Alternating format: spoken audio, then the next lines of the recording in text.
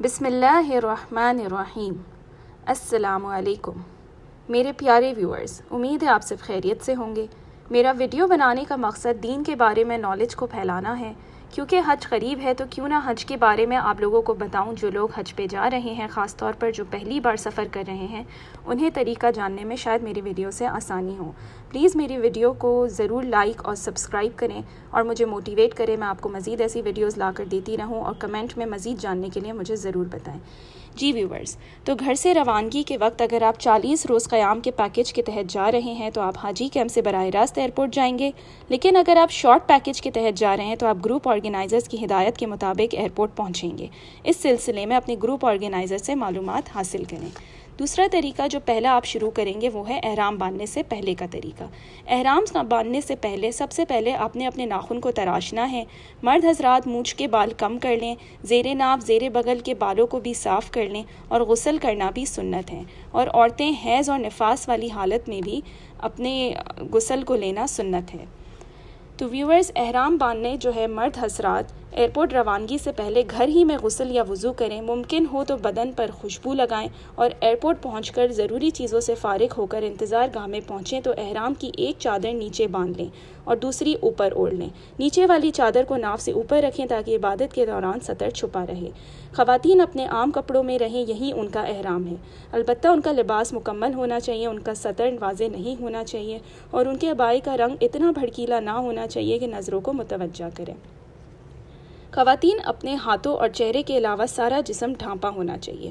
اگر مکروہ وقت نہیں ہے تو 2 رکعت نفل بڑائے احرام ادا کریں، اور اس کے بعد قبلہ رخ بیٹھ کر عمرے کی نیت کریں۔ عمرے کی نیت آپ کو اسکرین پہ نظر آ رہی ہے، آپ اسے پڑھ کر اپنے فون میں سیو کر سکتے ہیں۔ اس کے بعد مرد حضرات عمرے کی نیت سے 3 مرتبہ اونچی آواز میں پڑھیں، اور خواتین دھیمی آواز میں تلبیہ کہیں۔ تلبیہ کچھ یہ ہے: لبیک اللہم لبیک، لبیک لا شریک لک لبیک، ان الحمد والنعمت لک والملک لا شریک لک۔ جی ویورز، تو اب آپ جدہ ایئرپورٹ پر روانگی کے بارے میں جان لیجئے۔ جدہ ایئرپورٹ پر غیر معمولی تاخیر کا سامنا کرنا پڑ سکتا ہے۔ امیگریشن اور دیگر مراحل سے گزر کر عازمین حج کا سامان مکہ مکرمہ جانے والی بسوں میں رکھا جاتا ہے۔ جدہ ایئرپورٹ پر جہاز سے اترنے کے بعد آپ کی ویکسینیشن بھی کی جائے گی، اور بعض اوقات پاکستان کی گئی ویکسینیشن کا کارڈ بھی چیک کیا جاتا ہے۔ خیال رہے کہ آپ کا سامان جس بس پر رکھا گیا ہے آپ اسی بس پر سوار ہونے جا رہے ہیں۔ اب میں آپ کو بتانے جا رہی ہوں کہ وہاں پر پہنچنے کے بعد آپ کو کہاں اتارا جائے گا۔ وہاں پر پہنچنے کے بعد آپ کو اتارا جائے گا زمزم ٹاور کی طرف، اور وہاں پر آپ کو سارے کارڈز وغیرہ شو کرنے کے بعد آپ آرام کر سکتے ہیں۔ اس کے بعد آپ نے اپنے عمرے کی تیاری کرنی ہے۔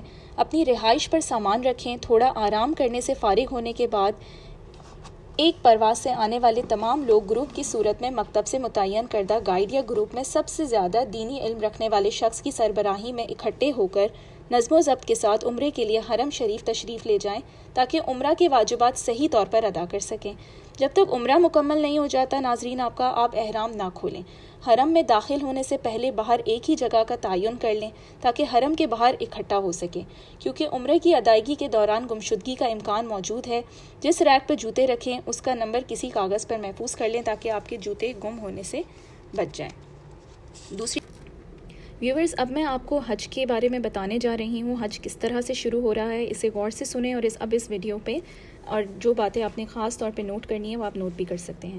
پہلا ہے یوم عرفہ، یعنی 9 ذی الحج یوم عرفہ کہلاتا ہے۔ اس دن عازمین حج منا سے عرفات کا سفر کرتے ہیں۔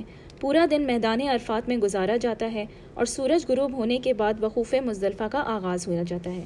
دوسرا ہے ایام نحر، جو کہ 10 ذی الحج سے 12 ذی الحج کے ایام کو ایام نحر کہا جاتا ہے۔ پھر ہے ایام رمی، 10 ذی الحج سے 13 ذی الحج کے ایام کو ایام رمی کہتے ہیں، یعنی کہ شیطان کو کنکریاں مارنے کے دن۔ چوتھا ہے ایام تشریق، یعنی کہ 9 ذی الحج سے 13 ذی الحج تک کے ایام کو ایام تشریق کہا جاتا ہے۔ ان دنوں میں حاجی اور غیر حاجی جہاں بھی ہوں ہر فرض نماز کا سلام پھیرنے کے فوراً بعد ایام تشریق کی تکبیرات کہتے ہیں۔ تکبیرات کچھ اس طرح ہیں: اللہ اکبر، لا الہ الا اللہ واللہ اکبر وللہ الحمد۔ حج کے 2 فرائض ہیں: وقوف عرفہ اور طواف زیارہ۔ جس نے کوئی ایک رکن بھی چھوڑ دیا اس حج کا مکمل نہ ہوگا۔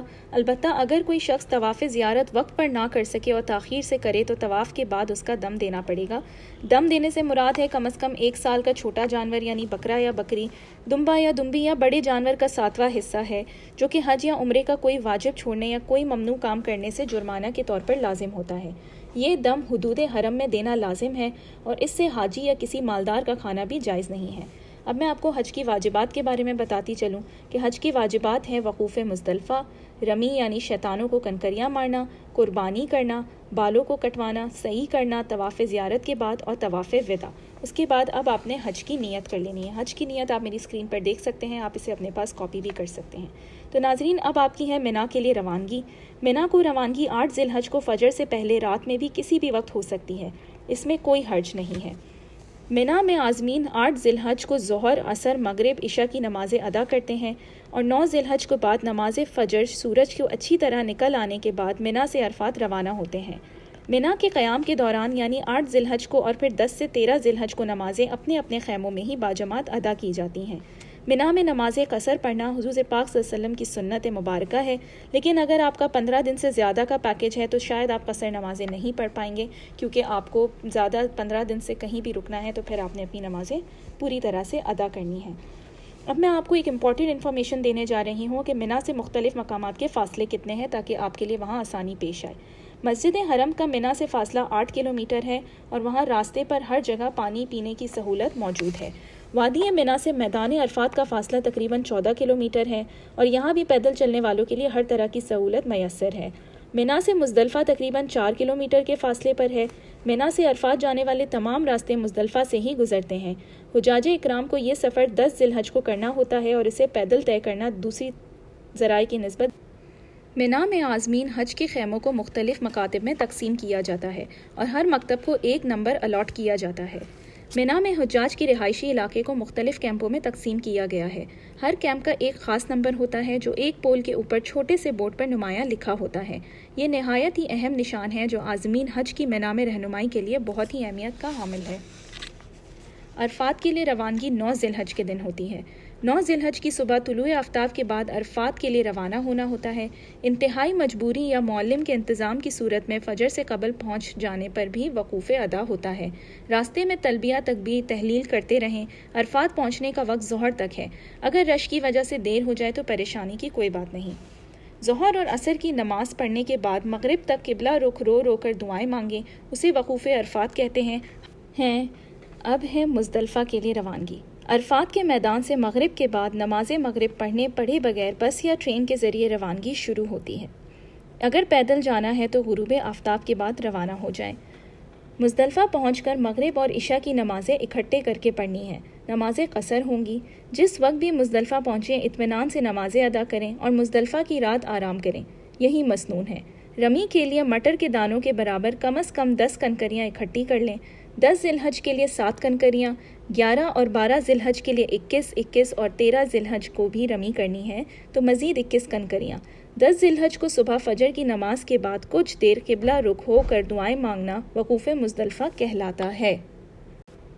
10 ذی الحج کی صبح کی نماز فجر اور وقوف مزدلفہ کے بعد سورج طلوع ہونے سے قبل منا روانگی شروع ہو جائے گی۔ اب ہم آتے ہیں جمرات کی طرف۔ جمرات یعنی جمرہ کی جمع ہے۔ وادی منا کے مغربی حصے میں جمرات کو ظاہر کرنے کے لیے ایک بہت بڑی 4 منزلہ عمارت بنائی گئی ہے۔ جن مقامات پر کنکریاں ماری جاتی ہیں انہیں جمرات کہتے ہیں۔ رمی کے معنی مارنا اور کنکریوں کو جمار کہتے ہیں۔ 10 ذی الحج کو منا پہنچ کر صرف جمرہ عقبہ کی رمی کرنا واجب ہے۔ رمی سے پہلے تلبیہ پڑھنا بند کر دیں۔ تلبیہ حج کے احرام کی نیت کرنے کے بعد شروع کیا جاتا ہے اور اس مقام پر تلبیہ پڑھنا ختم ہو جاتا ہے۔ رمی کے لیے کنکریاں مٹر کے دانوں کے برابر ہوں۔ بڑے بڑے پتھر نہیں مارنے چاہیے اور نہ ہی جوتے یا کوئی اور چیز۔ رمی کے وقت اکثر حادثات ہوتے ہیں، یہاں بہت احتیاط کریں اور اپنے ساتھ سامان لے کر مت جائیں۔ جس راستے سے جا رہے ہوں اس پر واپس نہ مڑیں۔ رش کے باعث راستے میں کھڑے ہونے یا بیٹھنے سے بھی گریز کریں۔ اب ہم آتے ہیں قربانی کی طرف، جو کہ 10 ذی الحج کے دن واجب ہے۔ قربان گاہ پر جا کر خود قربانی کرنا آج کل نہایت مشکل اور تھکا دینے والا عمل ہے۔ وزارت مذہبی امور کے عازمین حج کی سہولت کے لیے حج درخواست کے ساتھ ہی قربانی کی رقم کی وصولی کا بندوبست کیا جاتا ہے۔ اس کے بعد احرام کو کھول کر عام لباس پہننا ہے آپ نے 10 ذی الحج کو۔ حلق یا قصر یعنی بال کٹانے کے بعد احرام کا لباس تبدیل کر کے عام لباس پہن لیں، نہا دھو کر میل کچیل صاف کر لیں۔ اب احرام کی دیگر پابندیاں ختم ہو گئیں سوائے ازواجی تعلقات کی ادائیگی کے، جس کی پابندی طواف اضافہ یعنی طواف زیارت کے بعد ہی ختم ہوگی۔